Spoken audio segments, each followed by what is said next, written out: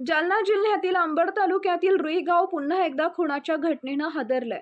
महिन्याभरात दुसऱ्यांदा रक्तरंजित घटना घडल्यानं परिसरात भीतीचं वातावरण निर्माण झालंय।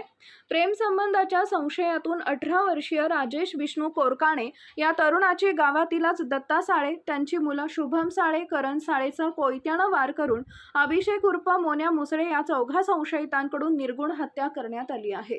चेहरा, छाती, गळा आणि हातांवर सपासप वार करत आरोपींनी राजेशचा जीव घेतल्याची माहिती समोर आली आहे। या प्रकरणी तीर्थपुरी पोलीस ठाण्यात खुनाचा गुन्हा दाखल करण्यात आला असून पोलिसांनी अवघ्या तासाभरात संशयित आरोपींना ताब्यात घेतलंय।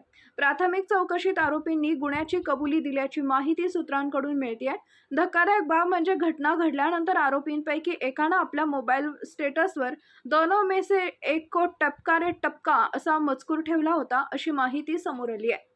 एपीआय वैशाली पवार, पोलीस महिला उपनिरीक्षक प्रतिभा पठाडे आणि त्यांच्या पथकानं तातडीनं कारवाई करत तपासाची सूत्र हलवली।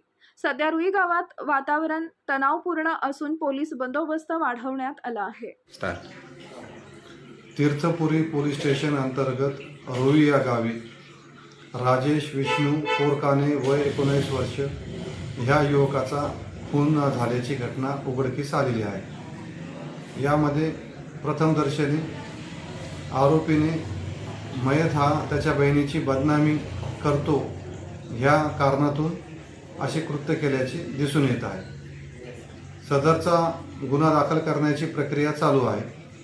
माननीय पोलीस अधीक्षक जालना श्री तेगबीर सिंह संधू सर यांच्या मार्गदर्शन व सूचनेनुसार तीर्थपुरी पोलीस स्टेशन येथील अधिकारी व अंमलदार यांच्या पथकाने या गुन्ह्यातील 2 आरोपींना ताब्यात घेतलेले आहे।